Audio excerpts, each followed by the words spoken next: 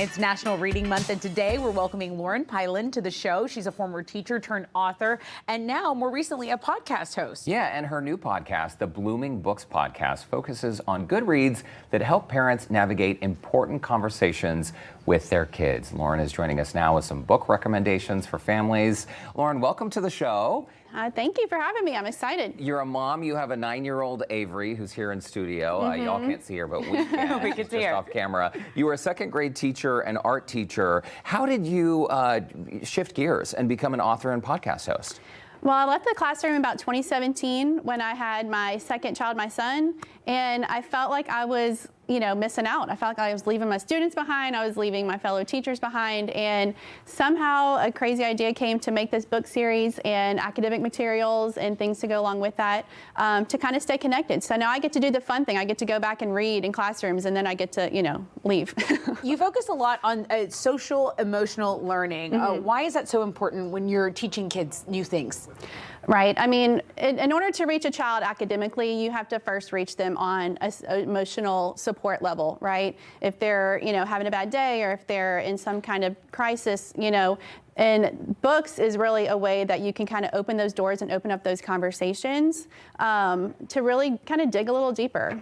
And those conversations can cover everything from illness, loss, inclusion, people feeling different. I mean, there's so many different things we can learn from books. So today, you've essentially brought us a great collection of books, including one of your own books that you've authored. But let's start over here. And this book is all about big emotions, right? Self-regulation. Right. So I like to start with self-regulation because that's really about identifying and becoming aware of what you're feeling and why. So this first book is called Barbara Throws a Wobbler, and I just like saying the word wobbler, number one. But I think we could all relate with, the wobbler days where things go from bad to worse, and how you can really address that and, turn your day around. That's awesome. I'm like, I might need to read that one after the show. Okay, and this one is for kids that might be facing challenges, and this is the one that you worked on, and it's Avery Rose, Blooming Rose Blasts Off. That's Right. Avery's middle name. So tell us about this one. So that is my own book that we published last year. It's the first one in our Blooming Rose series, and Blooming Rose is based off of my daughter Avery Rose and her likeness. Blooming Rose Blast Off is, again, about a little girl that has a rocket launcher project, and science is just not her thing. So I really wanted students to be able to relate to challenges, to their strengths, to their weaknesses, that it's okay that we're not going to be perfect at everything on the first try. It's okay to experiment. It's okay to have fun, working your way through challenges. Yeah, and this little drawing on the front, that looks a lot like It Avery. looks like Avery. It sure does. A little beauty mark and all. Very, very nice. So we love that. cute. Okay, navigating friendships. This can be so tough. Being a young person is so tough. It really is. In the classroom, on the playground, navigating friendships and setting boundaries can be a challenge. But you say this book can help with that. I love this book. This book is by Christina Furnival. It's called The Not So Friendly Friend, and how you can really set boundaries for not only treating others with kindness and respect, but how you can make sure that that's how they're treating you in return as well. That's The amazing. Not so friendly friend. Yeah, we've all had those, right?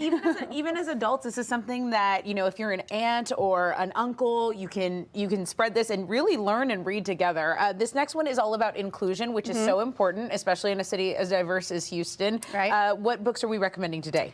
I love this topic. This book here is called You're Invited. It's by another Houston author named Meredith Staggers, and it's about this little girl who's really trying to incorporate all of her unique friends and making them feel included in a party, as well as A Day with No Words is a beautiful view through a nonverbal autistic boy in his day and how he views the world.